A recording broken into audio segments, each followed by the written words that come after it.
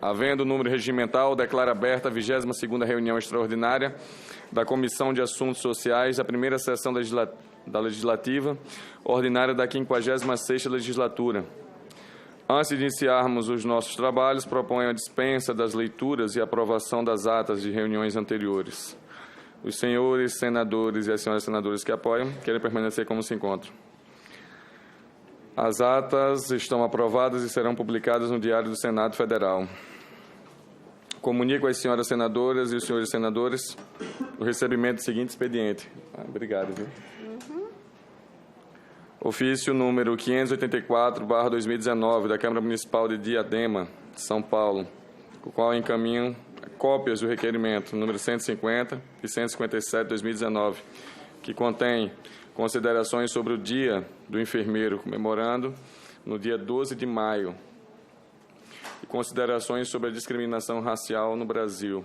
O expediente encontra-se à disposição na secretaria dessa comissão e fica consignado prazo de 15 dias para a manifestação dos senadores, a fim de que sejam analisados pelo colegiado. Caso não haja manifestação, o documento será arquivado ao final do prazo. Informo que o senador Romário, presidente desta comissão, está em missão no exterior, em Nova York, a fim de compor a delegação oficial brasileira, que participará da 12ª Conferência de Estados Partes da Convenção das Nações Unidas sobre o Direito das Pessoas com Deficiência, conforme o requerimento número 484 de 2019, aprovado em plenário do Senado Federal. Informo que a presente reunião destina-se à deliberação dos itens 1 a 17. Item 17. Requerimento da Comissão de Assuntos Sociais, número 69, de 2019. Autoria, senadora Soraya Tronic, senador Paulo Paim e senadora Rose de Freitas. Passo a palavra a um dos autores para a leitura do requerimento. No caso é o senhor, né? Presidente, senador Chiefson Valentim, esse requerimento é fruto de um grande entendimento daqueles que são favoráveis a esse projeto, que trata de instruir o projeto 132 de 2018, que dá nova redação ao artigo 477-A da CLT, aprovado pelo decreto número 5.452, de 1º de maio de 43, para vedar a dispensas plurimas ou coletivas, salvo previsão em acordo coletivo ou convenção coletiva de trabalho. Na verdade, quando há demissões em massa, 1.000 trabalhadores, 500 trabalhadores, 200 trabalhadores, o que nós temos a assegurar que já estava na CLT, que haja primeiro uma discussão entre as partes, ou seja, representantes de empregado e empregadores. Como é um projeto que tem visões diferentes, eu sou favorável a essa discussão, esse acordo, como sempre houve no Brasil. Mas, a partir do momento que aprovaram a reforma trabalhista, que a gente foi contra, foi introduzida essa possibilidade de demitir quantos quiserem, sem sequer dialogar com as partes. Inclusive, demite até por correspondência. Como havia duas posições em relação a isso, e eu respeito, naturalmente, quem pensa diferente, fizemos um acordo, os 3 signatários, de indicar as seguintes pessoas para a audiência pública. Ângelo Fabiano, presidente da ANPT, Luiz Alberto, representante do DIAP, Miguel Torres, representando as forças sindicais. Então, vem aqui a força sindical nesse momento, representando as centrais sindicais. Paulo Afonso Ferreira, representando a CNI, Confederação Nacional da Indústria. José Roberto Trados, presidente da CNC, Confederação Nacional do Comércio. E Rogério Marinho, secretário especial de Previdência e Trabalho do Ministério da Economia. Esse é o requerimento, senhor presidente. Mediante comum acordo, como eu estou presente, assina a senadora Soraya Tronic, senador Paulo Paim, senadora Rose de Freitas. Muito bem, senhor senador. Senhores senadores e senadoras que aprovam, querem permanecer como se encontram. Aprovado. Requerimento extrapauta. Consulto os senhores senadores e senadoras sobre a inclusão extrapauta do requerimento número 71 de 2019, CAS apresentado por esta presidência. Não havendo óbice, passo à leitura do requerimento. Requeiro, nos termos do artigo 58, parágrafo 2º, inciso 2 da Constituição Federal e do artigo 93, inciso 2º do Regimento Interno do Senado Federal, a realização de audiência pública com o objetivo de debater a síndrome do X frágil. Para a referida audiência, surgir a participação dos seguintes convidados: representante do Ministério da Saúde, representante do Ministério Público do Trabalho, representante do Ministério da Mulher e da Família, Direitos Humanos, de Dr. Rui Piloto, médico, geneticista, professor da UFPR, Dr. Roberto Erai, professor pesquisador na área de genética da PUC, Paraná também, a Luz Maria Romero, psicóloga, gestora do Instituto LICO, Caessel Model. Os senhores senadores e senadoras que aprovam, queiram permanecer como estão. Aprovados. Item 5, projeto de lei do Senado número 312 de 2015, terminativo. Altera a lei 12.871 de 22 de outubro de 2013, que institui o programa Mais Médicos, para determinar a participação do Conselho Federal de Medicina nas avaliações dos cursos de medicina.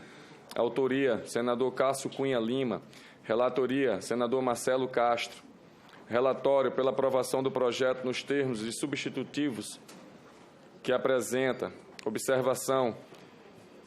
Se aprovado o substitutivo, a matéria será incluída na pauta da próxima reunião para apreciação em turno suplementar, nos termos do disposto do artigo 282, combinado com o artigo 92 do Regimento Interno do Senado.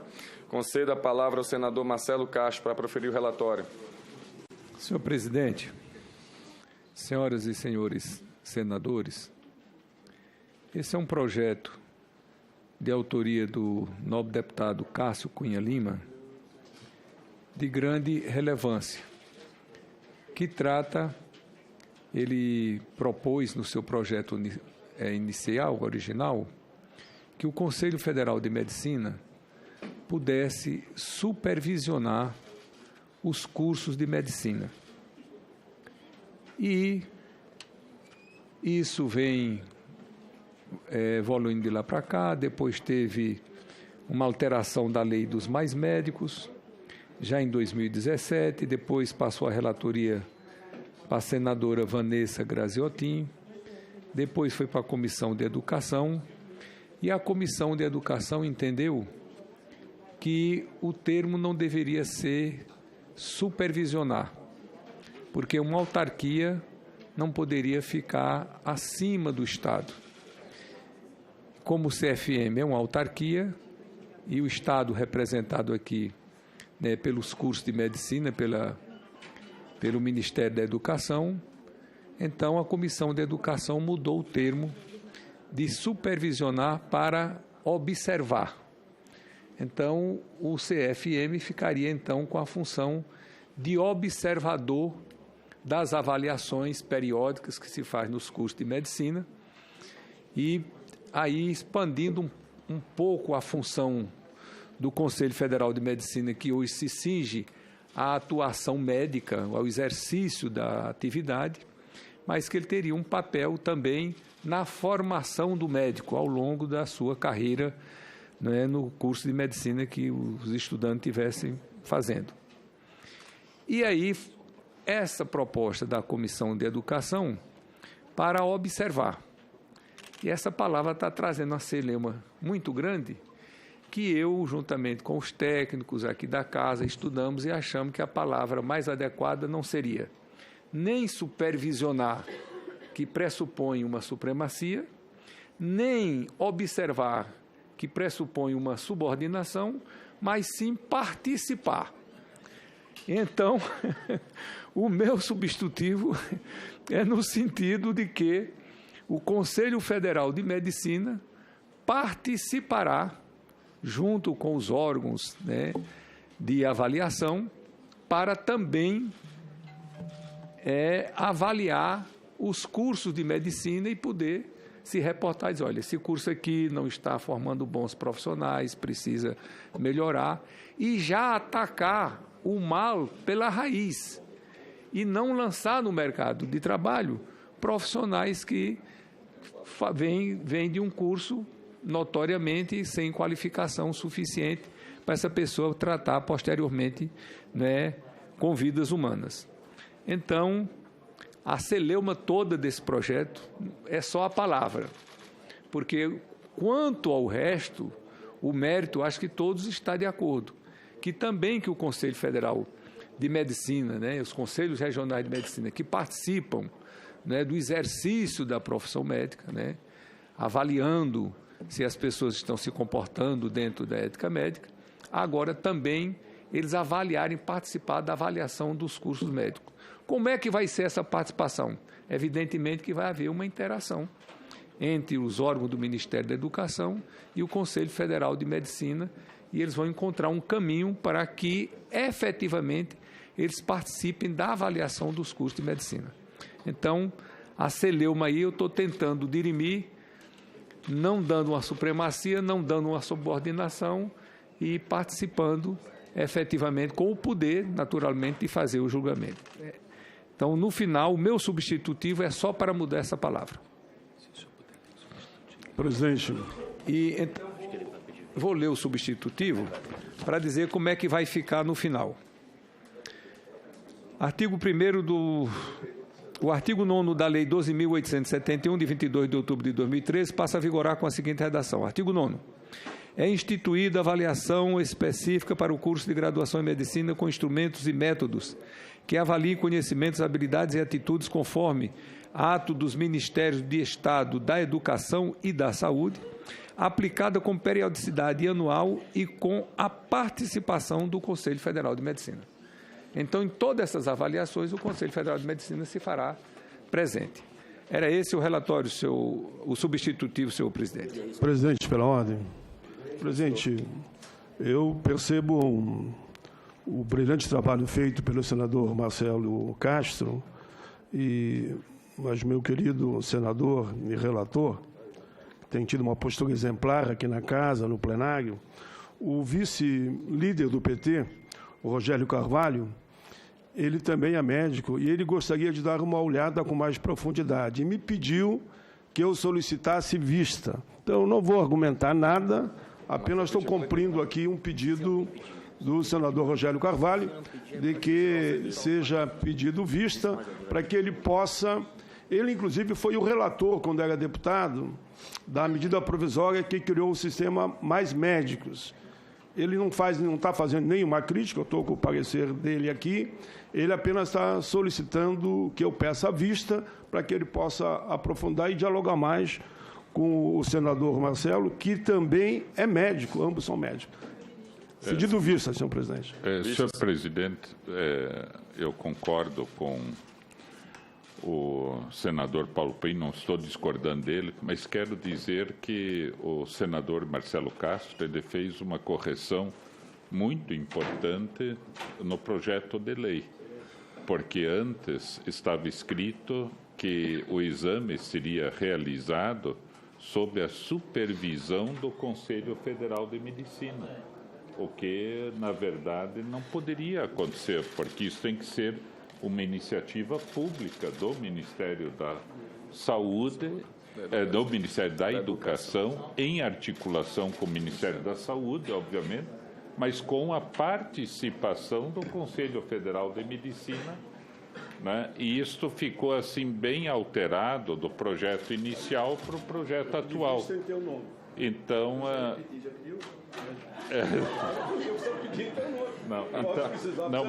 mas então eu só quero enaltecer o senador Marcelo Castro, por ter assim percebido isso, né?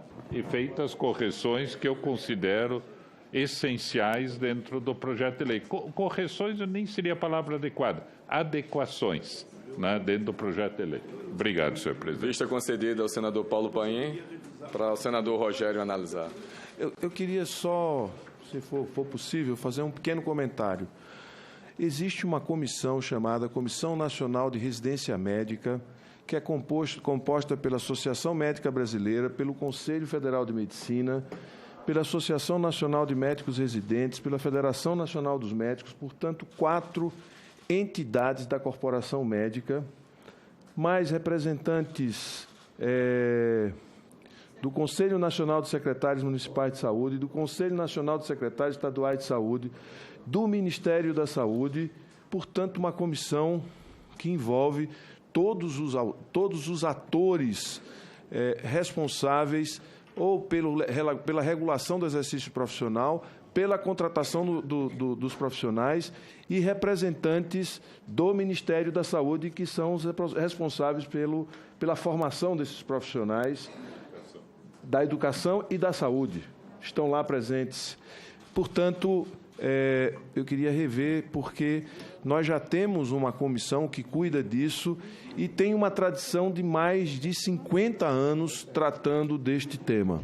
Portanto, a residência médica começou no Brasil ainda no final da década de 50, década de 60, e a gente já tem mais de 50 anos de tradição de acreditação de programas de residência médica com método, com modelo de vistoria, com agenda de vistoria, com roteiros de vistoria, e que transformou a residência médica brasileira numa referência para o mundo. Portanto, eu queria agradecer ao Paulo Paim e as vistas coletivas que foi dada, ou se não... Vistas coletivas. Pronto. Que tinha sido só para Paulo Paim, agora o senhor pediu? Não, coletiva, não tem problema, eu vou fazer um voto. Sim, senhor. O senhor Paulo Paim, o senhor pode assumir aqui a presença enquanto eu leio o meu relatório? O senhor chama ele, pode continuar na cadeira. Isso. Eu vou ler o item 6, que é o projeto de lei do Senado 81/2016, terminativo. A lei altera a lei 8.069, de 13 de junho de 1990, Estatuto da Criança e do Adolescente, de autoria do senhor. Tá. Só vai ter que ocupar aqui, aí ele senta aqui, registra.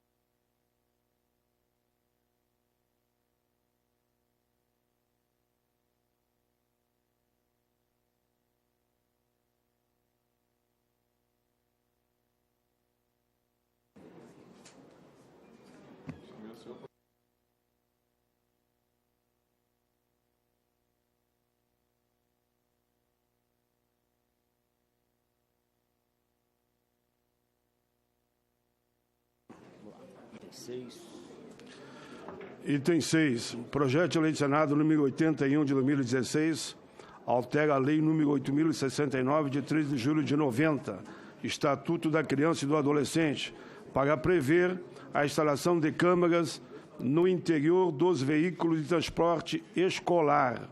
Autoria, senador Paulo Paim. Relatoria, senador Stivenson Valentim. O projeto é terminativo, será lido e sairá de pauta se não tivermos 11 presenciais. Com a palavra o relator. Obrigado, senador. Vou ler o segundo parágrafo do relatório, depois vou para análise. A proposição acrescenta um parágrafo 2º ao artigo 70A do Estatuto da Criança e do Adolescente, Lei 8.069, de 13 de julho de 1990, determinando que os veículos de transporte escolar estarão equipados com câmeras de vídeo que captem imagem do interior do vídeo, na forma de regulamento. Estabelece ainda que o período de armazenamento das imagens pela instituição pública ou privada responsável pelo transporte escolar não seja inferior a 180 dias. Por fim, restringe o acesso às imagens exclusivamente às autoridades policiais ou judiciárias, encarregadas de investigação ou processo penal. O artigo 2º do projeto determina que a lei entra em vigor em 180 dias após a data de publicação.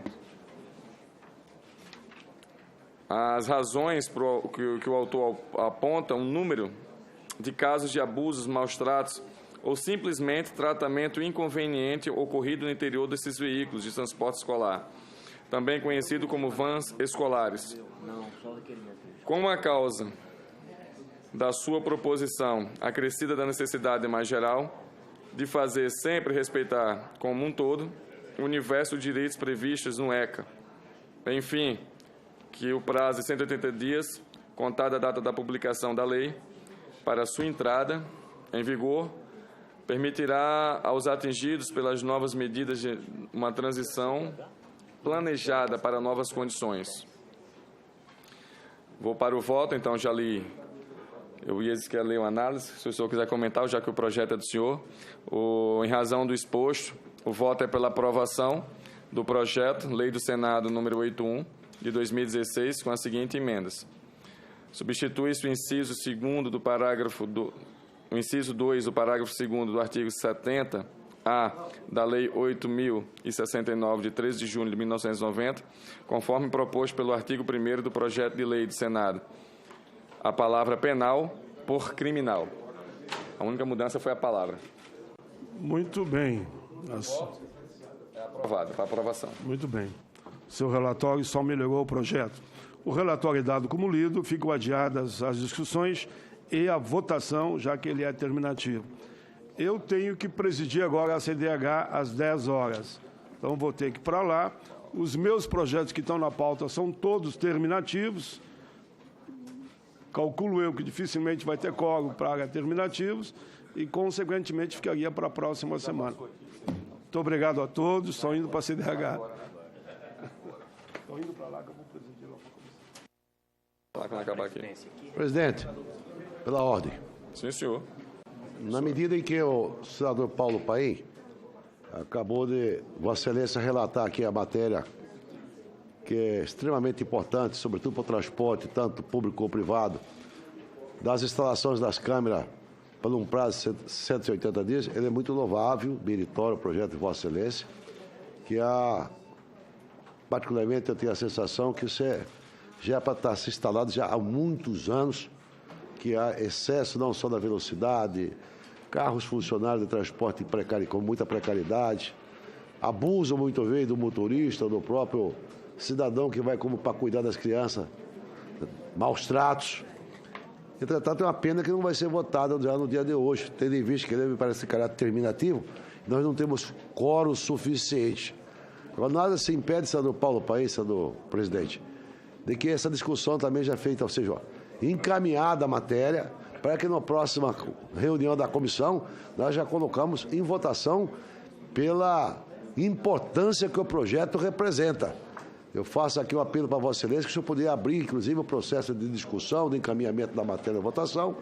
Após tudo isso aqui, alguém quiserem manifestar, na próxima nós já entramos já em processo de votação, na medida da importância que representa este projeto no transporte público e privado, que são milhões de ônibus, milhares de vans que percorrem as ruas de todas as cidades brasileiras, da área rural e etc. Eu só faço esse apelo aí para que esse projeto aqui não pode ficar dormindo, seja aqui na comissão, ou se tivesse que encaminhar para o plenário, ou se fosse remeter para outra comissão. Pela importância, eu quero crer que se fosse para dar celeridade, não custaria nada. Aquelas pessoas que quisessem discutir e encaminhamentário, na próxima só nós votaríamos. Só isso que eu ia acrescentar e parabenizar o ilustre eminente senador Paulo Paim, eu estou ainda feliz iniciativa aqui pela bela relatoria do senador Esteves. Como eu estou na presidência, me avisa aqui a Secretaria-Geral dos Trabalhos, e eu tenho para a CDH para abrir,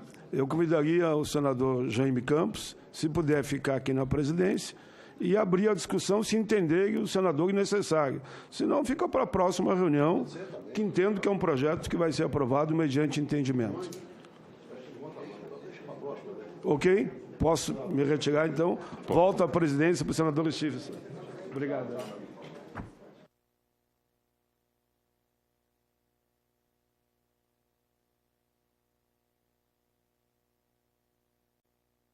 Dessa questão das câmeras para outros tipos de transportes. Acho que poderia ser para todos, né? Solucionava muitas ocorrências de trânsito que hoje não são solucionadas. Item 14, projeto de lei do Senado número 32, 2016, não terminativo. Dispõe sobre o ressarcimento ao Sistema Único de Saúde das despesas com tratamento de saúde das vítimas de acidente de trânsito por parte do condutor de veículo que comete os crimes de homicídio ou lesão corporais, sob influência de álcool ou qualquer outra substância psicoativa que determine dependência. Autoria, senador Wellington Fagundes. Relatoria, senadora Maílza Gomes. Relatório favorável ao projeto. Observação. Matéria a ser apreciada pela Comissão de Constituição e Justiça e Cidadania. Em decisão terminativa, concedo a palavra à senadora Maílza Gomes para a leitura do relatório. Bom dia, senhores senadores. Vou direto à análise, senhor presidente. Conforme o disposto no inciso 2º do artigo 100 do Regimento Interno do Senado Federal, compete à Casa manifestar-se sobre o mérito de matérias atinentes à proteção e defesa da saúde e às competências do SUS. O PLS número 32 de 2016 enquadra-se nessa temática por tratar do ressarcimento ao SUS das despesas com o tratamento de saúde das vítimas de acidente de trânsito.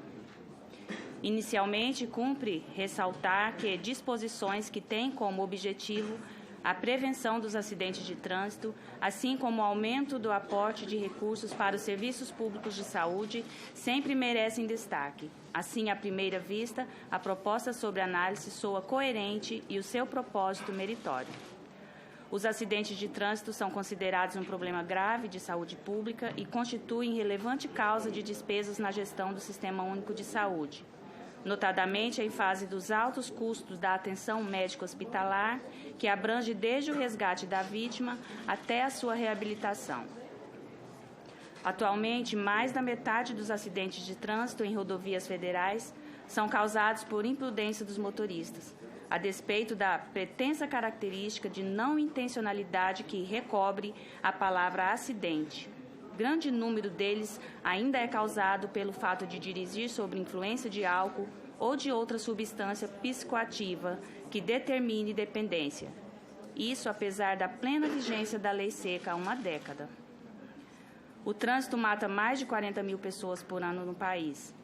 De acordo com o Ministério de Saúde, entre 70 a 80% das vítimas de acidente de trânsito são atendidas pelo SUS. Esses acidentes são a segunda causa mais frequente de atendimento nos serviços públicos de urgência e emergência.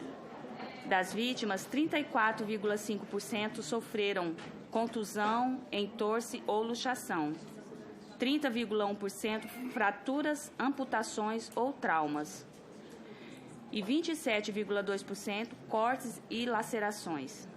Isso resultou apenas entre os anos 2010 e 2015, em mais de 1,3 bilhão de reais gastos em atendimento pelo SUS. Depreende-se da análise desses números e estatística que, para manter o direito à saúde como um direito de todos, conforme prevê a Constituição Federal da forma universal e igualitária, são necessários recursos cada vez maiores. Assim, consideramos que a cobrança pelo atendimento médico proporcionado às vítimas de acidentes automobilísticos, na hipótese de o motorista estar sob efeito de álcool ou drogas, poderia ajudar a mitigar essa situação.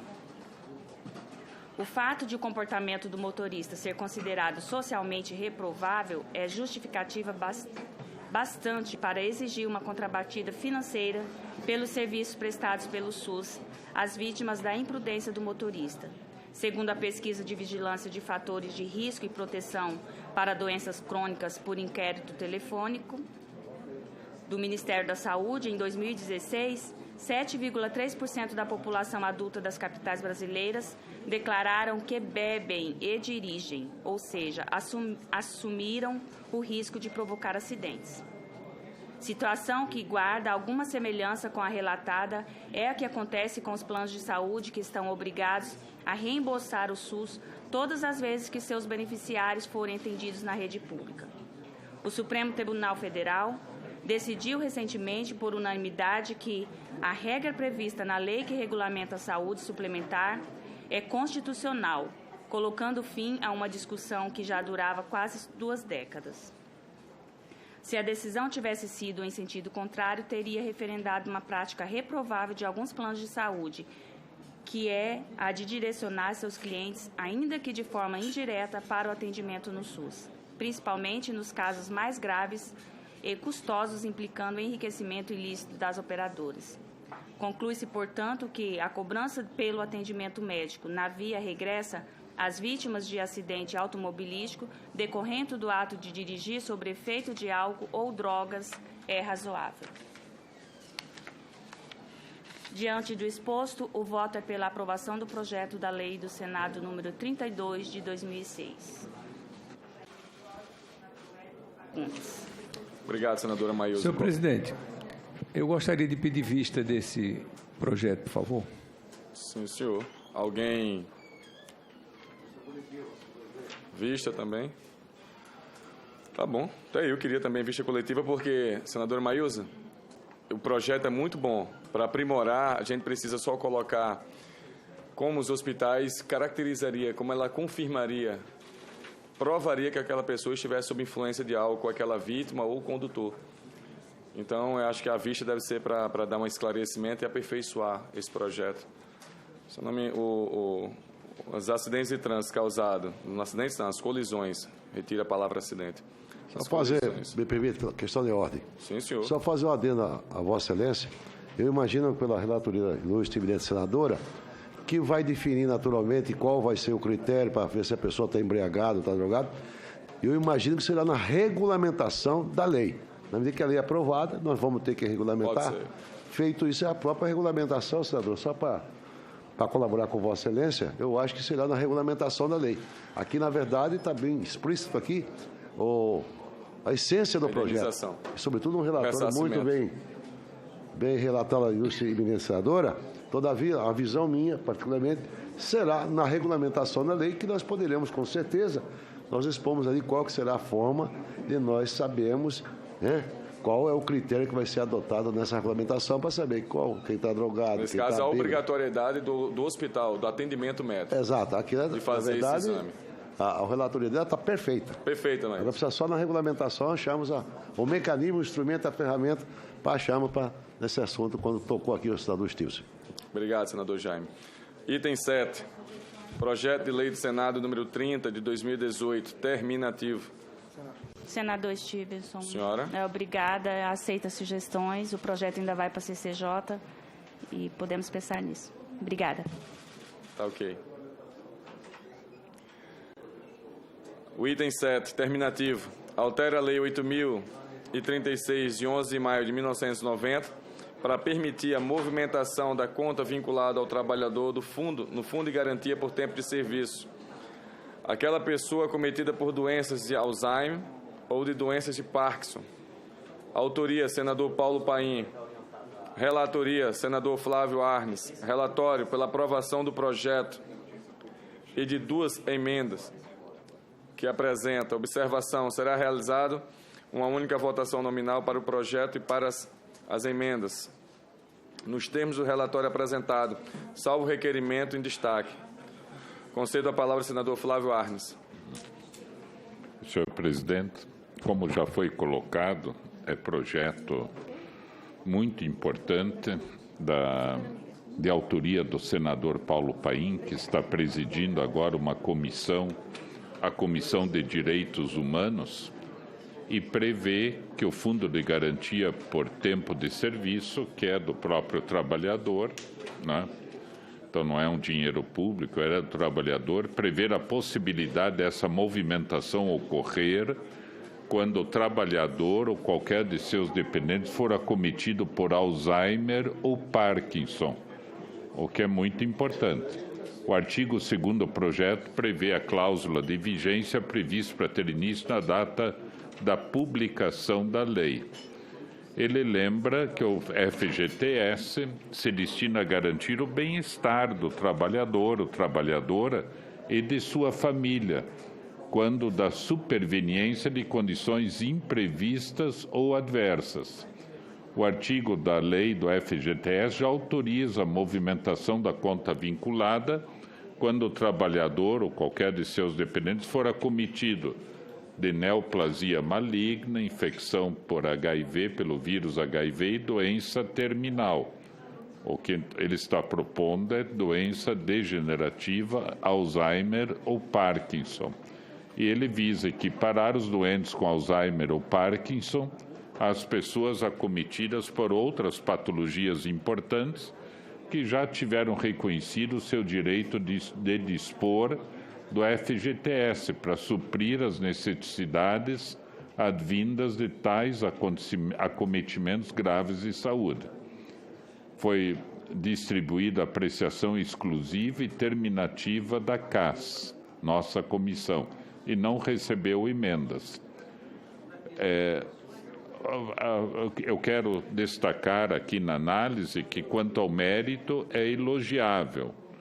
A legislação do FGTS, como dito, já contempla dispositivos que prevêem a liberação em outras situações. Nesse caso, o saque do fundo constitui uma medida de política social compensatória e beneficia os trabalhadores que se encontram em situação de fragilidade pessoal e com necessidades maiores de aportes financeiros. Então, nesse sentido, não há como... quer dizer, isso costuma acontecer para as pessoas já previstas, como foi dito, e procurando estender isso para Parkinson e Alzheimer. Eu destaco que tais doenças, no entanto, são apenas uma pequena amostra dentro do conjunto de moléstias e condições graves, progressivas, degenerativas ou incapacitantes que podem acometer os seres humanos. Então, não tem como justificar que o FGTS seja liberado apenas para os doentes com Parkinson e Alzheimer, que é muito importante, quero dizer, e não o fazer, por exemplo, para pessoas com esclerose múltipla, esclerose lateral amiotrófica, doenças neurodegenerativas incapacitantes que ainda não dispõem de tratamento efetivo, ou para os pacientes com quadro grave, decorrente de infarto agudo do miocárdio ou acidente vascular cerebral, condições com elevada prevalência em nossa sociedade. No entanto, seria impossível esgotar na norma legal a enumeração de todas as doenças equiparáveis a Parkinson, Alzheimer, neoplasia maligna, infecção por HIV nos quesitos de gravidade, progressividade, degeneração e incapacitação que elas acarretem.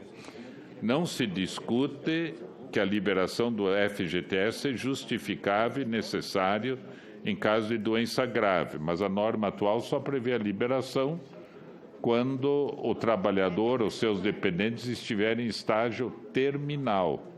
Entendemos diferentemente que é mais racional e justo permitir que essa liberação ocorra quando os recursos ainda puderem prolongar a existência do trabalhador, melhorar sua qualidade de vida e minorar seu sofrimento.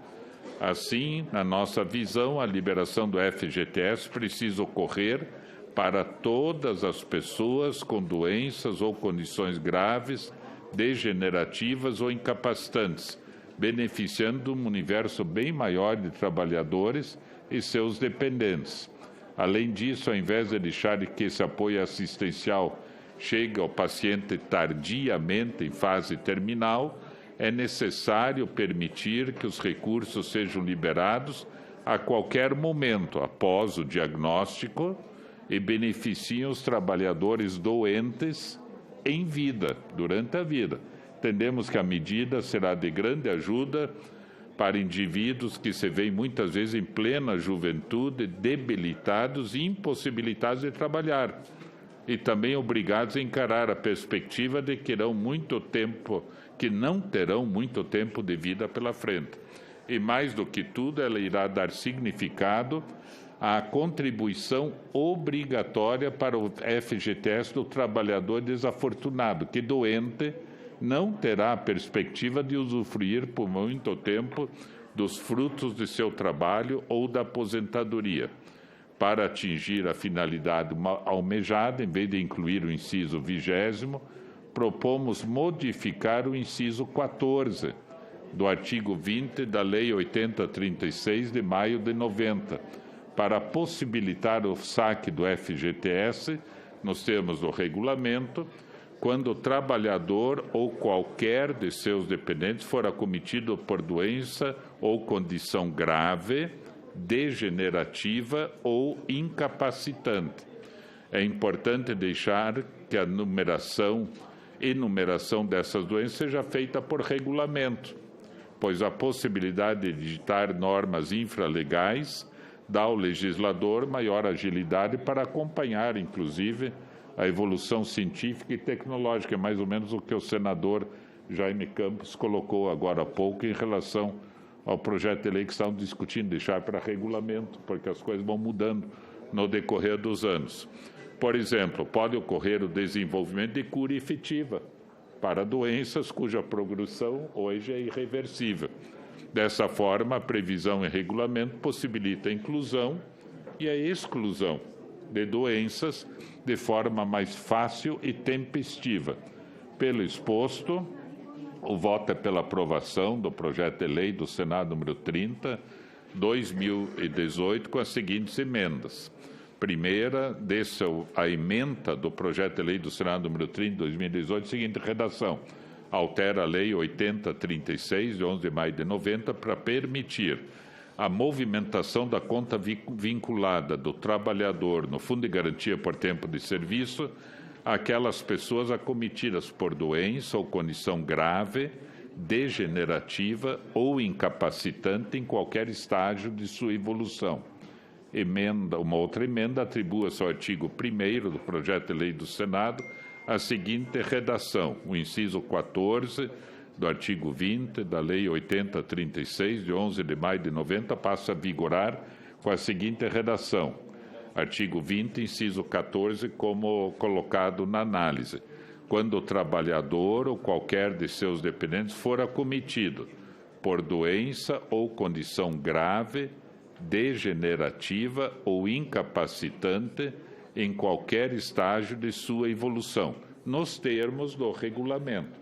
Então, o regulamento vai especificar quando isso acontece. É o relatório, eu voto, senhor presidente. Senhor presidente, pela ordem, me parece que não há quórum para votação nominal. Então, eu gostaria aqui, pedindo vênia, desde já elogiando a iniciativa do autor do projeto e o relatório que está, no meu ponto de vista, excelente, senador.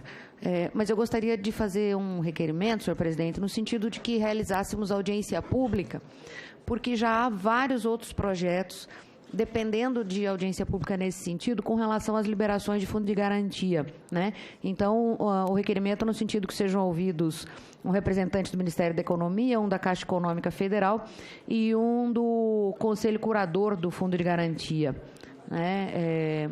Me parece que até Vossa Excelência já tem conhecimento acerca dessas audiências públicas, né?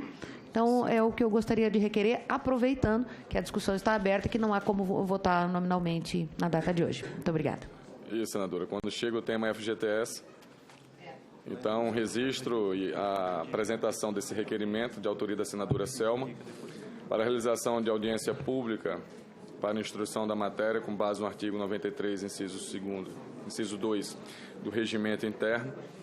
Ressalto que a deliberação do requerimento incidental ao projeto é prejudicial à discussão de mérito. É obrigatória. Senhor presidente. Desculpa, é que eu não acompanho. O requerimento está sendo lido, o requerimento da senadora Selma. Desculpe ter interrompido. Vamos colocar só em votação, porque eu ia conceder a palavra, como já foi concedida, a leitura de a eventuais considerações a respeito sobre o requerimento, mas ela já o fez. Ela já fez, entendeu? Então, eu coloco o requerimento em discussão. Senhor presidente. Para discutir também. Sim, senhor. A palavra... Não tem mais nada, senhor presidente. Senador Esteves e demais senhoras e senhores senadores. Eu compreendo e entendo a ilustre e eminente senadora Selma, na sua propositura aqui, de fazer uma audiência pública em relação a este projeto, pelo fato de que está envolvendo, até certo ponto, um desembolso talvez não previsível no orçamento lá do governo federal. E, na verdade, nós temos que esclarecer aqui, esse dinheiro que esse cidadão vai sacar é dele. Foi no longo da sua trabalho que ele conseguiu depositar o dinheiro do fundo em garantia. E o governo federal, com todo o respeito aqui, passa para a opinião pública de que esse dinheiro é dele, e não é. Muitas vezes é usado até de forma errônea, que quantas e quantas vezes tem sido sacado o dinheiro do FGTS para os investimentos, que certamente não é, muitas vezes, do conhecimento do próprio trabalhador que pagou por 10 anos, 15 anos, 20 anos. Na verdade, senador Flávio, no Brasil, o senhor lembra muito bem, até há pouco tempo atrás, só se sacava o dinheiro, primeiro, quando você era demitido da empresa ou se você fosse a óbito. Caso contrário, é muito difícil. Eu acho que esse projeto aqui é um projeto extremamente meritório, além de nós avançarmos nessa questão social, senador Stevenson, na medida em que vai permitir o cidadão, praticamente está morrendo aqui, né? Está morrendo. Eu acho que ele tem que tirar lá no início esse dinheiro. E alguns já estão indo quase a óbito, que ele vai poder sacar aquele que ele depositou, que é dinheiro dele. O governo federal não pode fazer nenhuma intervenção nesse caso, porque é o dinheiro do trabalhador que pagou sua participação, o empresário também, quando contrata o cidadão, recolhe 8%. E nesse caso, particularmente, eu já quero dizer, a ilustre senadora, é regimental essa audiência pública aqui, toda é regimental, claro dentro, vai ser ouvida as autoridades, como Vossa Excelência aqui já apontou os nomes dessas pessoas aqui. Agora, ele é um projeto extremamente meritório, né? Louvável a iniciativa do senador Paulo Paim, que é ator, sobretudo brilhante voto aqui relatado pelo ilustre e eminente senador Flávio Alves. Senador Flávio, eu tenho um projeto do primeiro mandato aqui com o senador da República, que eu já propunha, que esse projeto deve estar aqui na casa, se não for arquivado eu vou recuperá-lo, ou seja, resgatá-lo, que é o quê?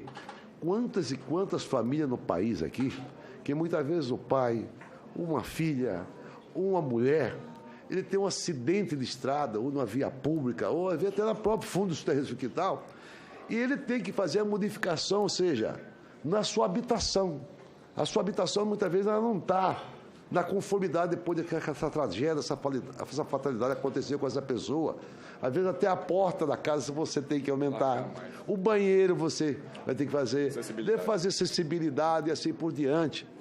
E esse cidadão tem o direito de pegar esse dinheiro. E esse projeto meu está aqui na casa, eu vou tentar resgatá-lo, fazer votar, para ele melhorar a sua habitação, fazer acessibilidade, melhorar o seu banheiro. Às vezes a porta é pequena, você tem que aumentá-lo.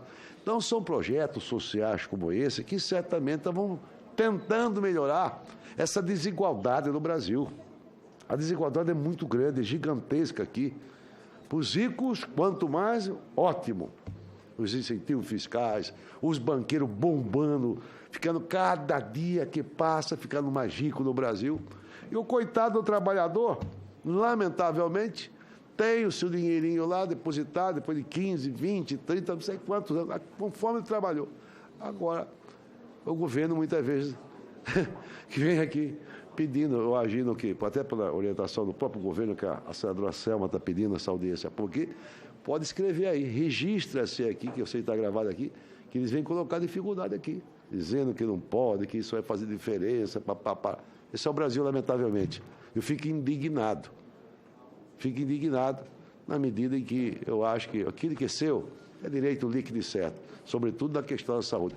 E vou mais longe, senador Flávio. Nesses casos aqui, o cidadão, mesmo sendo um funcionário público também, outros que são funcionários públicos também, nós temos que fazer um projeto aqui para isentar de imposto de renda. Ele está morrendo, mas ele está morrendo pela sua doença, pela dificuldade na óbito, ele paga ainda 27,5% de imposto de renda. Nós temos que isentar esse cidadão, até com esse dinheirinho que desconta do imposto de renda lá dele, aí, ele pode comprar um remédio, ter um fim de vida mais digna. Mais digna. O cara está morrendo lá, não tem dinheiro lá, o governo toma 27,5% dele. está nos 80 anos, nós temos que mudar esse Brasil aqui. Quanto mais arrecada, quer arrecadar mais. E, lamentavelmente, se arrecadasse e tivesse retorno, uma contrapartida, em alguns serviços essenciais, que é o caso de saúde, que é constitucional, da educação, que é constitucional, ótimo, mas se não vê esse retorno, essa garantia. Vou propor esse projeto e já quero pedir a Vossa Excelência o apoiamento. Casos como esse aqui, o cidadão, que é aquele funcionário, cidadão que trabalha, deixa de recolher também o imposto de renda, que é um absurdo. Essa é a minha manifestação. Concordo com a senadora Selma que esse aqui é o espaço democrático. Eu já quero manifestar favoravelmente a essa audiência pública. Todavia, não venho aqui com conversa de bêbado para delegado aqui, quiser nos enrolar essa comissão aqui. Sou favorável ao projeto, que o projeto é meritório. Só isso que eu queria acrescentar e cumprimentar a Vossa Excelência pelo belo, como sempre sensível a causas sociais, do senhor relator, senador Flávio Alves. Obrigado. Senhor presidente, quero fazer minhas as palavras do senador Jaime Campos. Ele demonstrou toda a extensão da necessidade e eu penso isso mesmo, né? Quando às vezes a família tem um filho com deficiência, paralisia cerebral, uma dificuldade física, deficiência intelectual, né? Precisa ter acesso ao fundo de garantia, né? É um dinheiro dele, às vezes 2 mil, 3 mil, 4 mil reais, 5 mil, lá na conta, muda o banheiro, faz a rampa, tem uma cadeira especial, facilita a vida. E é um dinheiro dele, não é dinheiro do governo.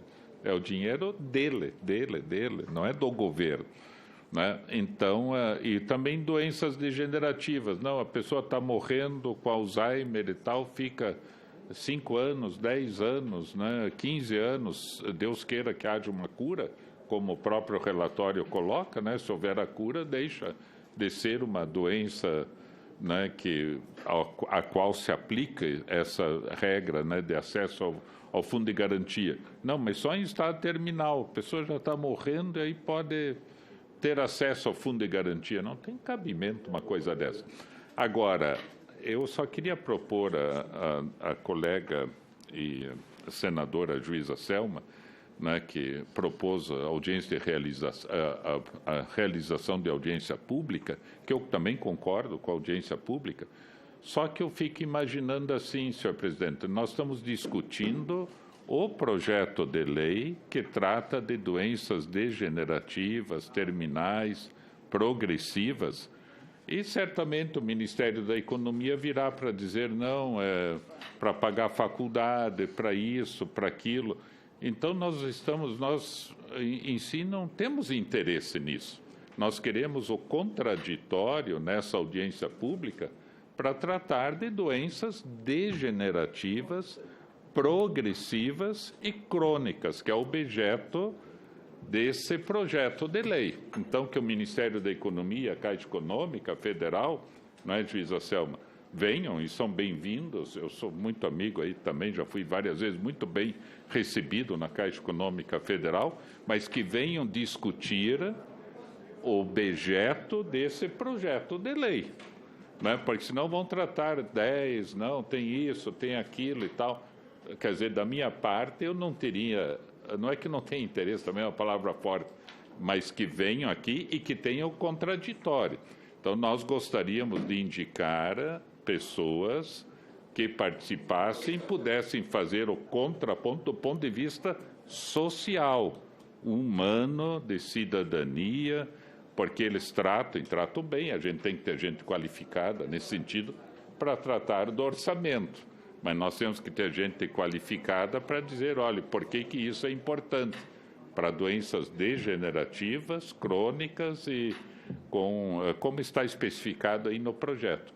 Então, se os seus colegas permitirem, a gente indicaria pessoas para fazerem um contraponto, mas dizendo no requerimento para eles virem aqui direcionados para isso, né? Porque senão a gente discute. Agora, em outra ocasião, a gente pode discutir outras coisas, até na Comissão de Educação, né? Que lá também eu acho que é um drama para as famílias eventualmente pagarem um curso de ensino superior e não terem o dinheiro para pagar. E está lá o fundo de garantia, que é o dinheiro deles, pelo menos ajuda um pouco. Então, isso tudo tem que ser debatido. Mas, senão, a gente foge do escopo, né, juíza Selma? Então, agradeço, senhor presidente. Senhor presidente, artigo 14. Não, eu só... As duas orelhas arderam. Não, senhor presidente, eu gostaria novamente de corroborar, não apenas com os termos deste projeto de lei e com o seu relatório, mas com o mérito dele. E dizer aos senhores o seguinte: este requerimento, como bem percebeu e bem disse o meu colega Jaime Campos, ele me foi aqui apresentado a pedido da liderança do meu partido, portanto, por interesse evidente do governo federal. Eu só quero fazer um contraponto, né? O fundo de garantia, ele não tem como escopo garantir que se possa fazer qualquer coisa com ele, né? O fundo de garantia, ele veio para substituir aquele sistema antigo, né, senador Jaime Campos, onde as pessoas eram estáveis. Então, com a Constituição de 88 e logo em seguida, as pessoas passaram a ser optantes. Ou você optava pelo sistema antigo, ou você optava pelo fundo de garantia. E o fundo de garantia tinha o escopo de garantir que, se você ficasse desempregado, você teria uma poupança para sustentar a sua família, aí doente ou sadia, etc. E tal. E eu vejo que, nesse sentido, a preocupação do governo pode, sim, ter pertinência, porquanto é óbvio que, se todos nós esgotarmos os nossos saldos de fundo de garantia, por vários motivos, amanhã ou depois, o desemprego pode ficar sem controle. Se houver como está tendo, né, uma onda de desemprego, você não tem saldo no fundo de garantia, vai viver do quê? Né? O seguro-desemprego, ele tem um período muito curto para acudir o trabalhador. E sem o saldo no fundo de garantia, menos ainda. O que não quer dizer que não concordo plenamente. Eu só estou fazendo essa ponderação aqui para fazer uma defesa prévia com relação a isso, em face dos posicionamentos prováveis aí do Ministério da Economia. Mas também quero dizer o seguinte: hoje pela manhã eu ouvi um comentário na Globo News, não vou fazer propaganda aqui, mas um comentário na TV, de que provavelmente o Ministério da Economia já estaria estudando outras soluções para essa crise, além da aprovação da reforma da Previdência, e dentre elas estaria sendo cogitada a liberação de fundo de garantia para poder fomentar o mercado, as pessoas poderem usar o fundo de garantia como uma maneira de fomentar o mercado. Então, talvez estejamos aqui discutindo alguma coisa que vai ficar inócua dali para frente. Mas, de qualquer forma, eu gostaria de pedir de novo vênia ao colega relator, para dizer que este requerimento eu só concordei em fazer, colega, porque não havia quórum para votação. Okay? Se houvesse, eu não teria feito. Então, deixo apenas registrado. Aproveitando, senhor presidente, eu queria pedir para o senhor para a gente retirar de pauta um projeto do qual eu sou a autora. Qual que é o número, pessoal? Só se Vossa Excelência permite uma parte. O item 10. Quase. Falta um só para ter o quórum, para votar o que já foi lido. Só um senador para a gente já votar. Tá só para retirar de quórum o item 10. O item 10? De pauta, por favor. Ok. Juíza Selma, só uma parte, assim, bem rapidinho, que a juíza Selma mencionou a liberação do fundo de garantia, que está sendo estudado, eventualmente, pelo governo. Eu diria que, até fazendo a sugestão, a juíza Selma, o senador Eduardo também, né, e os outros senadores, nós temos a reforma tributária, já temos a proposta do ex-deputado Luiz Carlos Rauli, aprovada por unanimidade na Câmara dos Deputados, com PSOL, PT, PSDB, bem aprovada por unanimidade, e que daria uma economia de mais de 1 trilhão por ano no Brasil. Então, o deputado, e nós estamos pedindo até entrevista com o ministro Paulo Guedes para dizer: olha, está pronto, está aprovado na comissão, é só levar para o plenário e trazer para o Senado uma reforma tributária aprovada por consenso. Imagina, né? Isso seria a salvação do Brasil, eu penso. Aí o Brasil, sim, vai ter desenvolvimento. Mas só que há uma obsessão unicamente pela Previdência, que é importante.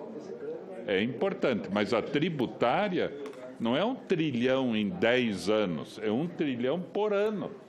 Por ano. Simplificar, discutir, está pronto, está aprovada. Tem que ir para o plenário lá pelo Rodrigo Maia e vir para o Senado. Então a Globo News, que também tem comentaristas assim importantes que fizeram comentário do FGTS, a gente até faz o apelo, né, para o Gerson Camarote, para a Cristiana Lobo, que são amigos nossos, né? A gente sempre conversou com Valdo Cruz e a turma toda para ter aí a reforma tributária tão necessária para todo mundo no Brasil. Obrigado. Vamos voltar. O senhor ainda quer discutir, senador? É, só um pouquinho. Tá bom, então.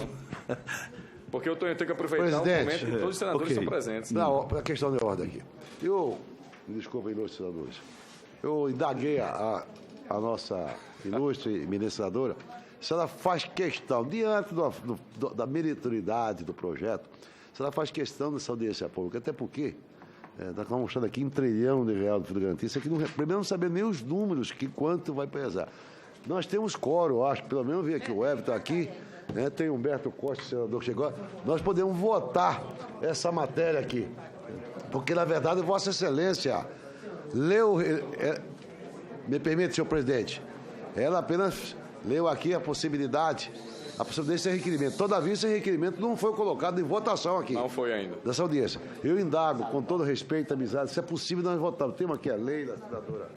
Eu retiro o requerimento, senhor presidente. Pronto. Agradeço a sensibilidade da doutora Selma Arruda e vamos votar o projeto. 2 minutos. 2? Tá bom. É para o pobre, é o cidadão brasileiro que está à margem, naturalmente, de boas políticas públicas. Senador Jaime, assim que o senador Luiz do Carmo ele encerrar a fala dele, ele coloca em votação o item 7, que é de relatoria do Flávio Arnes. Senhor presidente, senadoras, senadores, eu acho engraçado o governo, o FGTS, é um dinheiro do trabalhador.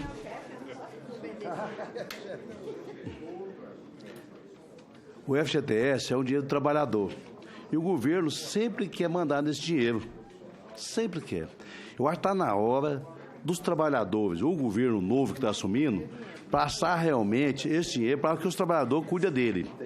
Quando tem um projeto tão bom desse aqui, que vai liberar dinheiro para quem tem Alzheimer, ou Pax, o cara já está morrendo, a pessoa já está nos últimos dias, e ele não pode sacar dinheiro, isso devia ser muito injusto isso aí. Então, acho que está na hora de nós fazermos alguma coisa para que os trabalhadores tomem conta desse dinheiro, para não ficar comprando ações da Petrobras e desviando toda hora esse dinheiro.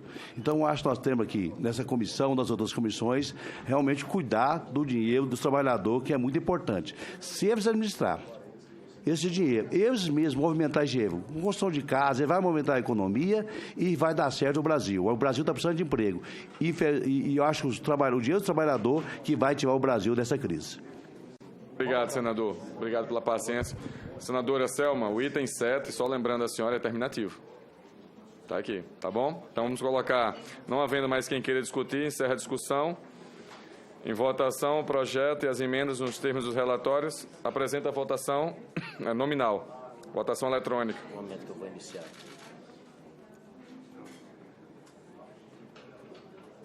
Aproveitar para pegar o resto que tem para votar logo, né? Pois é. Para votando. Só para encaminhar a votação, senhor presidente. Eu indago a Vossa Excelência como vai ser. Quem vota com o relator, vota sim? Isso, envolve o relatório do Flávio Arnes. Correto. Para liberar o FGTS para as pessoas que têm Parkinson. Perfeito. Para as pessoas que têm o Alzheimer. Obrigado.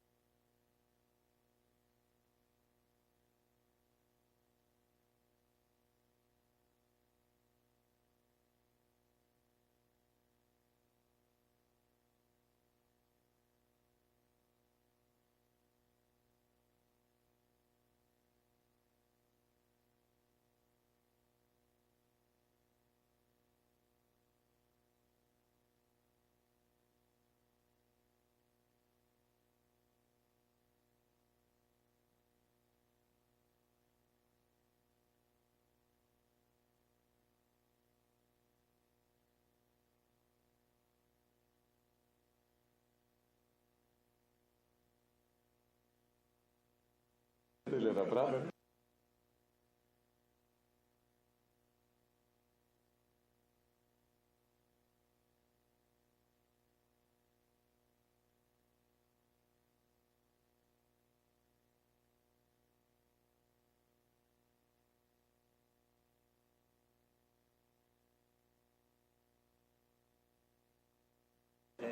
Já deu quórum. Pergunto se pode encerrar, se todo mundo já votou. Todos já votaram, por favor? Senhora senadoras, votado? Todos? Tá ok, então. Encerrar a votação. Encerrar a votação.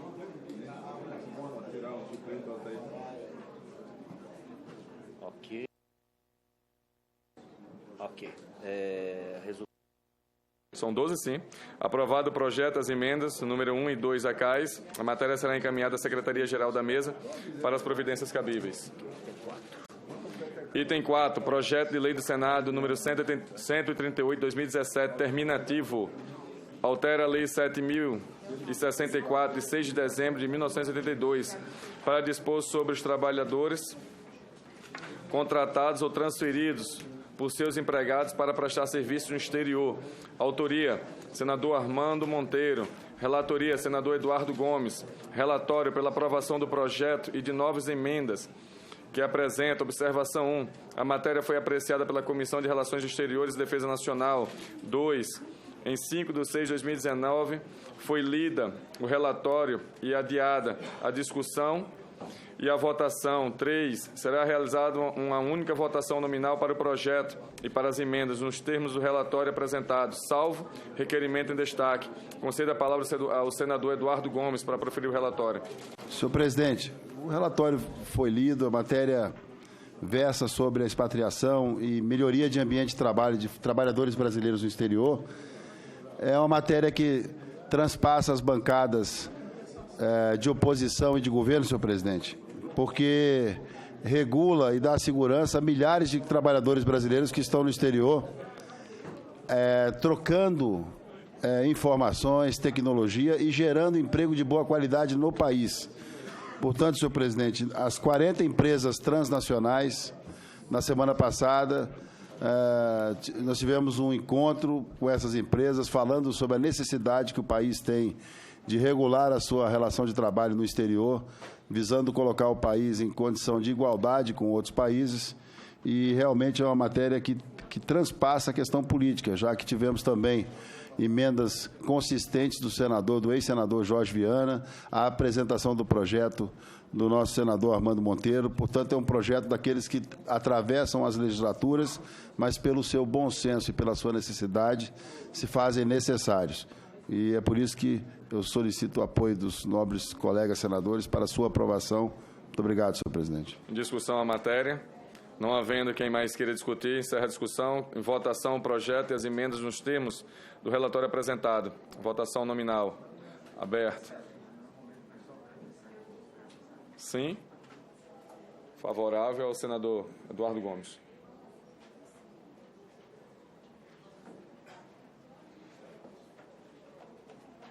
Você quer destravar meu celular por quê?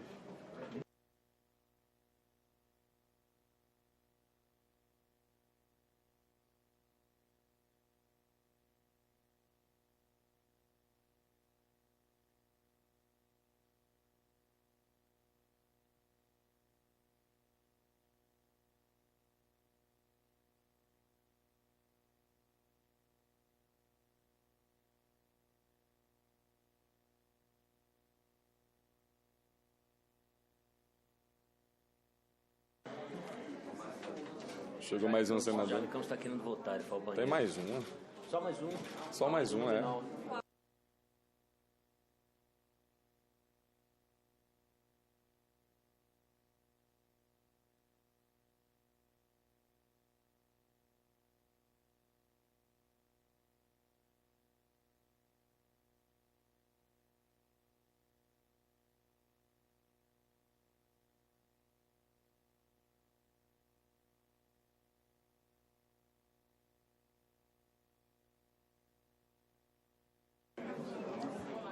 Quiser perguntar se pode encerrar? Posso encerrar a votação? Senhores senadores, senadoras, todos já votaram? Senador Jaime ainda? Cadê o senador Jaime? Estava aqui na minha frente. Banheiro. Ah, tá ok. Toalete. Só o senador Jaime para votar. Encerra a votação e entraremos no item 6. Votação também. Item 7 ou 6? 6. Dá um caído embora aqui, mas a gente cata o senador no corredor para votar o seu relator. A gente cata no corredor, não tem problema não. Não, né? Vou botar mais um depois desse. Só esse, Eduardo. Não, mais um só. Que é o do Paulo Paim. Que eu fui relator. Coloca em votação. Vai, cadê o Jaime, hein?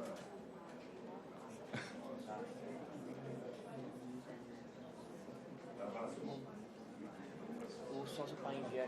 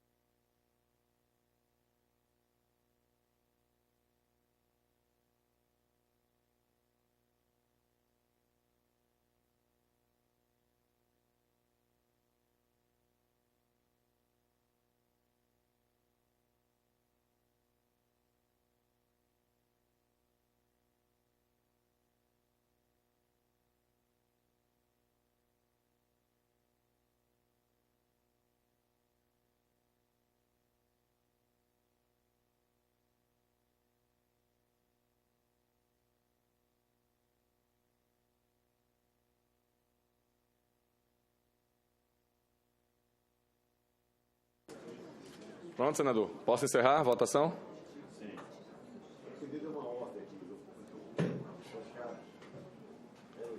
Ótimo, vai abrir. 11-0, aprovado o projeto e as emendas número 1 a 9. A matéria será encaminhada à Secretaria-Geral para as providências cabíveis.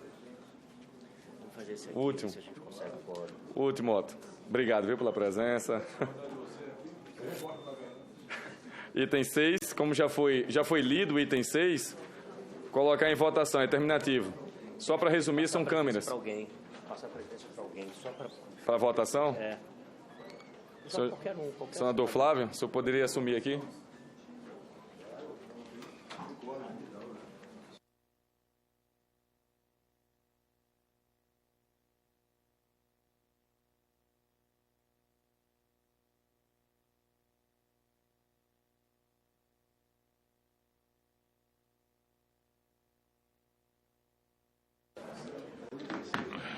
Muito bem. Agradeço ao senador Stevenson. É o item 6 da pauta, projeto de lei do Senado 81/2016, terminativo, altera a lei 8069, de 13 de julho de 90, Estatuto da Criança e do Adolescente, para prever a instalação de câmeras no interior dos veículos de transporte escolar. Coloco em discussão a matéria. Não havendo mais quem queira discutir, encerro a discussão. Em votação o projeto. O senhor tem que registrar a presença aqui. E a emenda? E a emenda nós temos... E a emenda nós temos do relatório apresentado. A votação é nominal. Espera aí.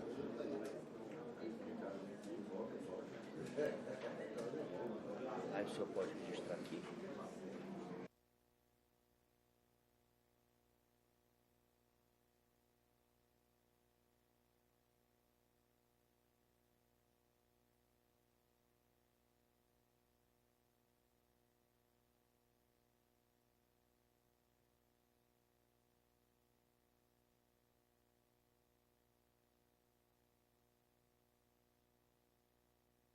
Está aberto o painel para votação. Senhores senadoras, por favor, votem. O relatório é favorável ao projeto.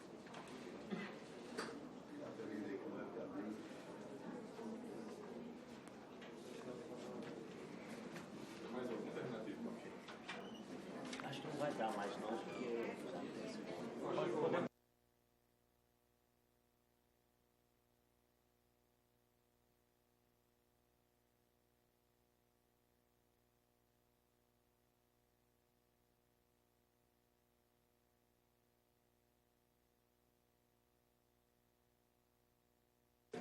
senador Vanderlan.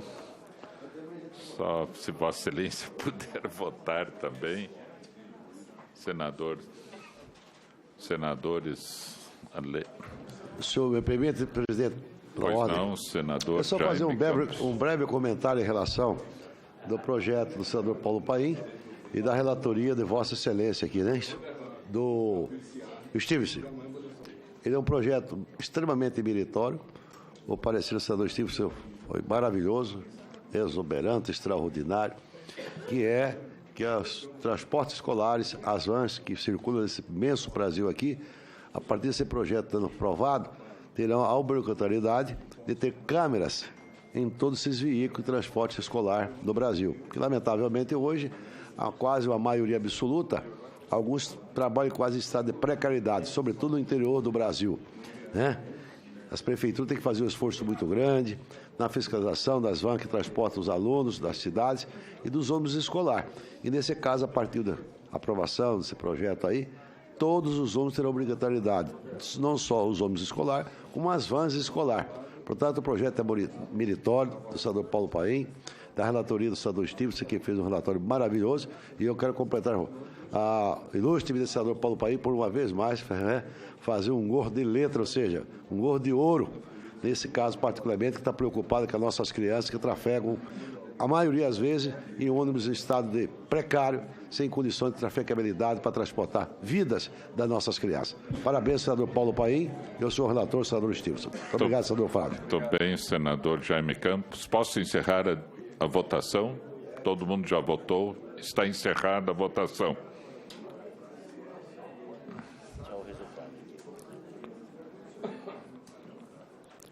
Então, está aprovado o projeto e a emenda número 1 da CAS. A matéria será encaminhada à Secretaria-Geral da Mesa para as providências cabíveis. Devolvo a presidência ao amigo e senador Stevenson Valentim, do grande estado do Rio Grande do Norte.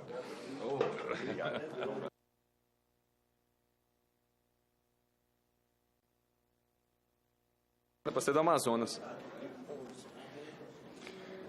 Item 11, projeto de lei do Senado número 244/2017, terminativo.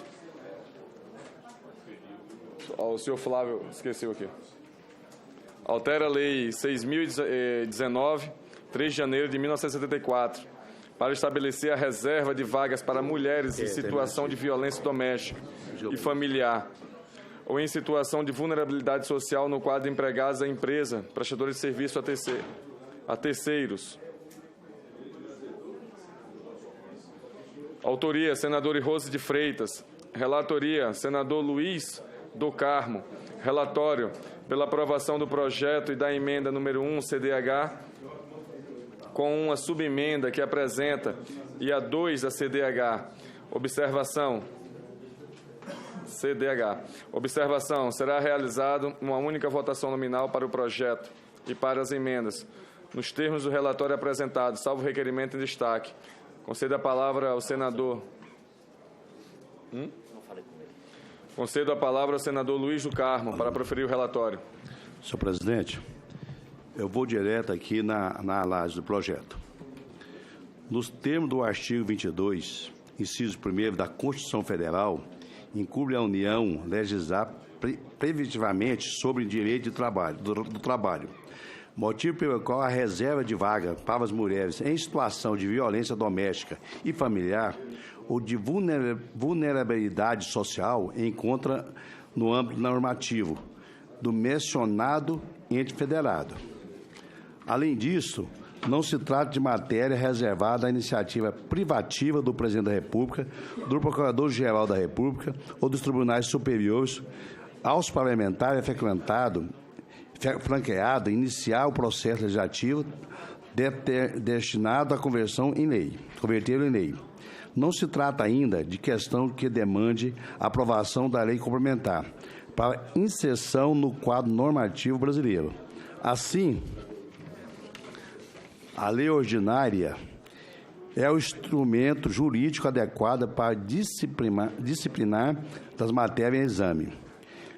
Quanto à contribuição da CAS para emitir o parecer terminativo sobre a matéria, cabe destacar que o artigo 91, inciso 1º, e o artigo 100, inciso 1º do Regimento Interno do Senado Federal, a ele confere tal prerrogativa.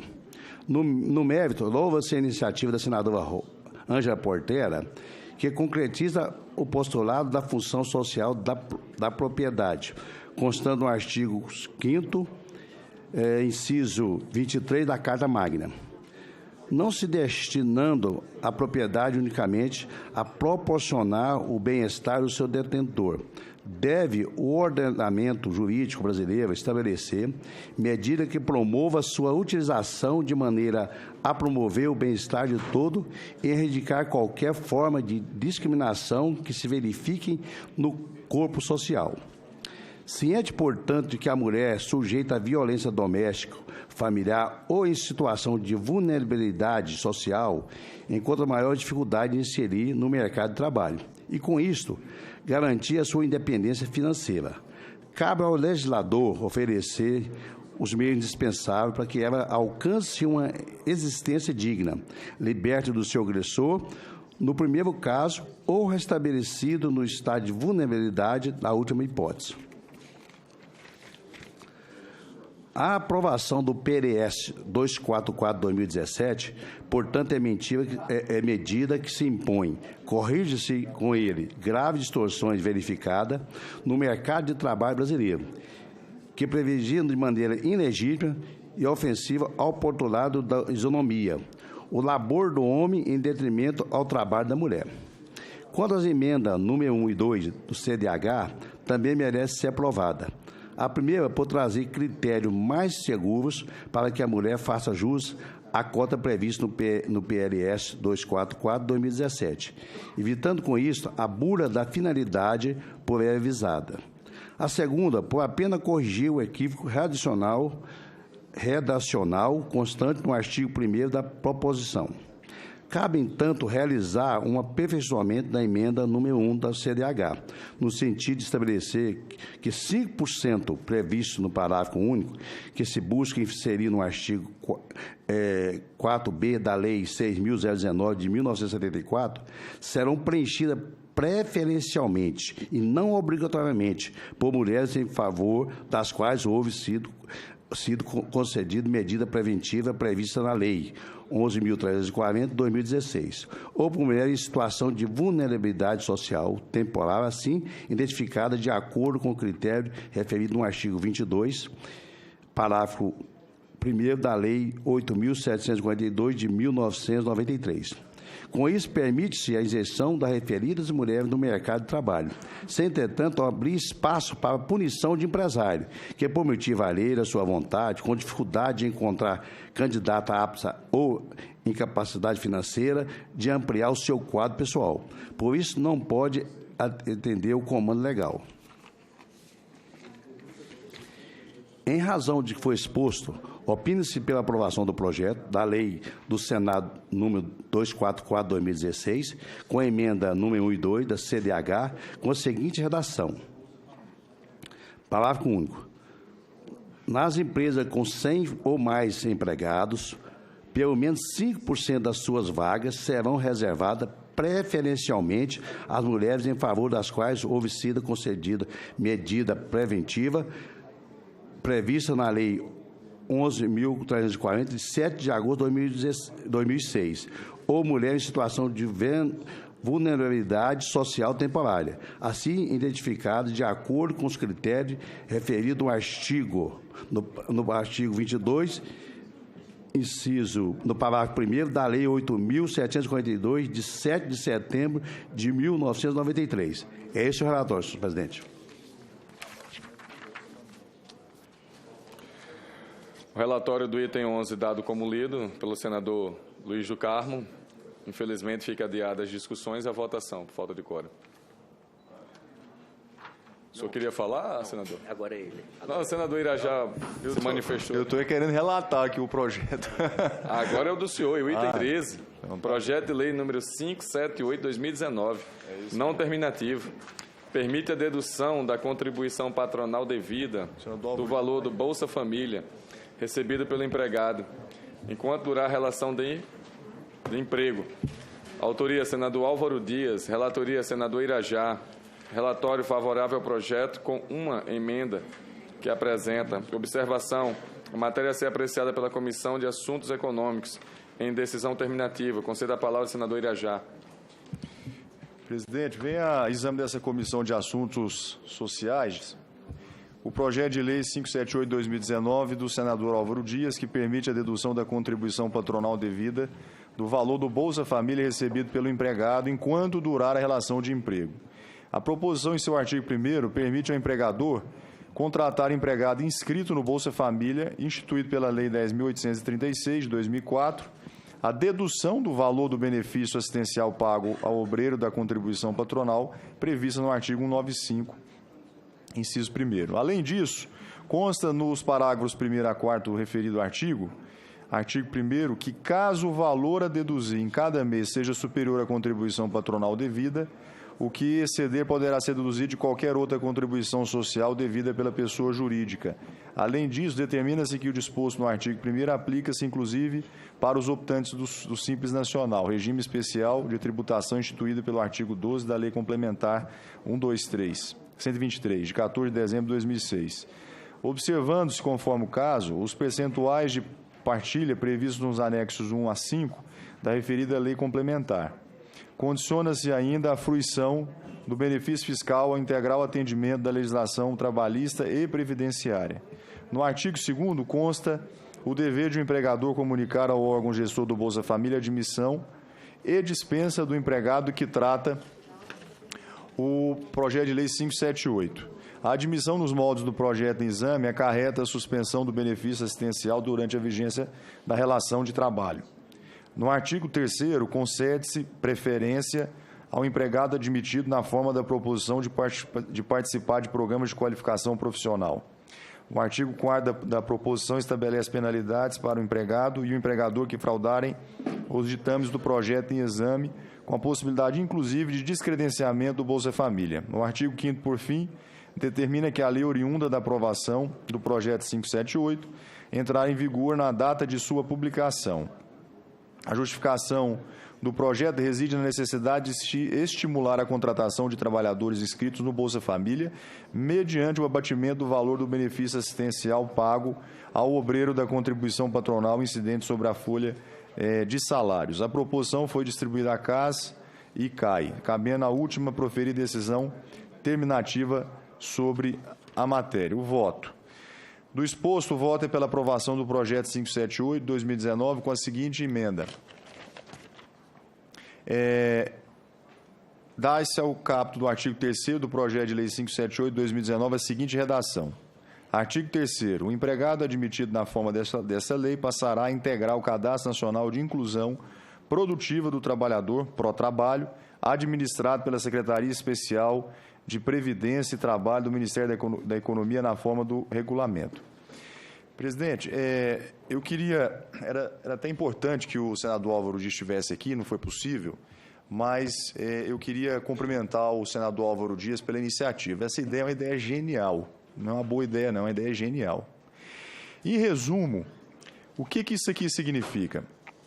Que nós vamos criar um ambiente para os empreendedores de todo o Brasil, sejam pequenos, que estão no meio, no EPP, empresas de pequeno porte, sejam empresas do lucro real, sejam empresas do lucro presumido, que sintam-se estimulados a contratar pessoas, contratar um cidadão que hoje está no Bolsa Família. Porque hoje não existe, absolutamente não existe nenhum incentivo. E esse empregador, passaria a ter o desconto do INSS patronal, que é uma obrigação acessória de toda empresa. Nós pagamos, as empresas pagam de imposto patronal 22% do salário base de cada funcionário.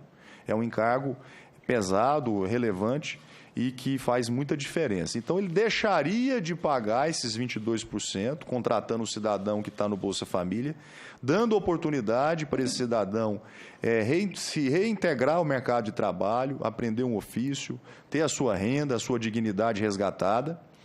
E o governo ganha, perde porque deixa de recolher o INSS, mas ganha porque deixa de pagar o Bolsa Família nesse período em que tiver o cidadão empregado trabalhando. Então, fica um empate, né? Fica 0-0 para o governo, fica bom para o empreendedor, porque ele tem esse estímulo de contratar, e melhor ainda para o cidadão do Bolsa Família, que vai ter oportunidade de entrar no mercado de trabalho. Por isso, eu queria apenas aqui reforçar e parabenizar o senador Álvaro Dias, uma ideia genial mesmo. Parabéns pela iniciativa. Isso vai abrir oportunidades a milhões de brasileiros que estão hoje inscritos no programa do Bolsa Família. Muito obrigado. Coloco a matéria em discussão, mas antes, senador Irajá, colocar na prática, acho que dentro da legalidade, o que já acontece na prática, né, no dia a dia. Eu vejo muita gente aí que não quer assinar a carteira do Bolsa Família, justamente para não perder esse benefício. Então, acho que não é trocar vocês por meia dúzia, não. É realmente fazer o que deve ser correto. É o que eu percebo. Então, não havendo mais quem queira discutir, encerra a discussão. Em votação em relatório, senhores senadores, a senhora quer discutir? Se por acaso esse cidadão for demitido, como retorna ao Bolsa Família? É automático ou é preciso algum dispositivo para garantir ou tem que buscar de novo? Como é feito? Eu não conheço direito se o projeto prevê a volta dele para o Bolsa Família, caso ele seja demitido. Pelo projeto, o conteúdo do projeto, é uma suspensão. Ele suspende o pagamento no período em que esse cidadão estiver registrado na CLT com essa empresa. Se ele, porventura, for demitido ou sair da empresa espontaneamente, aí ele poderia regressar ao Bolsa Família normalmente. Certo. Eu concordo, mas eu acho que deveria amarrar mais, detalhar mais esse aspecto. E realmente é louvável. A gente questiona muito esse incentivo do cidadão sair do Bolsa Família trabalhando. Isso é muito bom para todos do processo, mas eu acho que poderia a gente ver, amarrar mais esse retorno. Após suspenso, emenda, após demitido, automaticamente ele volta ao Bolsa Família, alguma coisa, eu não sei se... Tá, a senhora sugere, então, um pedido de vista? Tá ok? Acatado. Concedo vista, senadora Bulhões. Tá bom? Só para contribuir, presidente, claro que é regimental o pedido de vista da senadora, está previsto no artigo 2º do projeto. Consta o dever do empregador comunicar ao órgão gestor do Bolsa Família a admissão e a dispensa do empregado de que trata o projeto de lei em questão. A admissão dos moldes do projeto em exame acarreta a suspensão, não a retirada do benefício assistencial durante a vigência da relação de trabalho. Só para contribuir com Vossa Excelência. Realmente, já foi explicado pelo senador Irajá, então? Tá bom. Retiro. Então, não havendo mais quem queira discutir, encerra a discussão. Em votação o relatório, os senhores senadores que aprovam o relatório querem permanecer como se encontra. Aprovado o relatório, que passa a constituir o parecer da comissão favorável ao projeto, com a emenda número 1 da CAIS, e a matéria vai à Comissão de Assuntos Econômicos. Item 16. Requerimento da Comissão de Assuntos Sociais, número 67, 2019. Autoria, senadora Soraya Tronic e senadora Daniela Ribeiro. Subscreve, nesse item, a senadora Leila Barros. Passo a palavra à senadora Leila para a leitura do requerimento. Eu vou ler. Bom dia, senhor presidente e demais senadores. Requerimos, no termo do artigo 93 do Regimento Interno do Senado Federal, a realização de audiência pública em conjunto com a Comissão de Constituição, Justiça e Cidadania, com o objetivo de instruir o PL 1712 de 2019, que altera a Lei 12.764, de 27 de dezembro de 2012, que institui a Política Nacional de Proteção dos Direitos da Pessoa com Transtorno do Espectro Autista e a Lei número 13.257, de 8 de março de 2016. Propomos para a audiência a presença dos seguintes convidados. Número 1, a Coordenação Geral da Pessoa com Deficiência do Ministério da Saúde, Secretaria Especial dos Direitos da Pessoa com Deficiência, SNPD,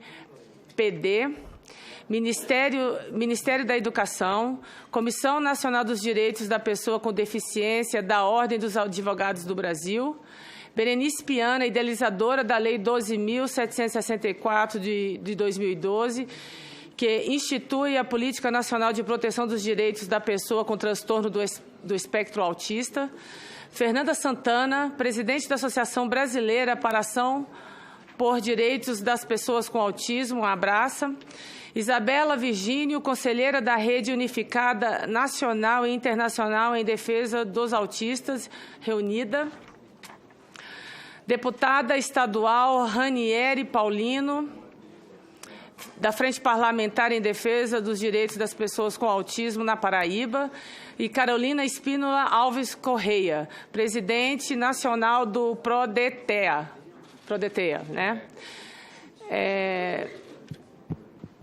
É isso, senhor presidente. E subscrevo também o requerimento. Os que aprovam, que queiram permanecer como se encontram. Aprovado. Antes de encerrar, convoco para o dia 19 de junho, quarta-feira, às 10 horas, reunião extraordinária desta comissão, em forma de audiência pública, destinada a debater a reforma da Previdência, com a presença do secretário especial da Previdência e do Trabalho, do Ministério da Economia, Rogério Marinho. Nada mais havendo a tratar, declaro encerrada a presente reunião. A assinatura aqui acabou.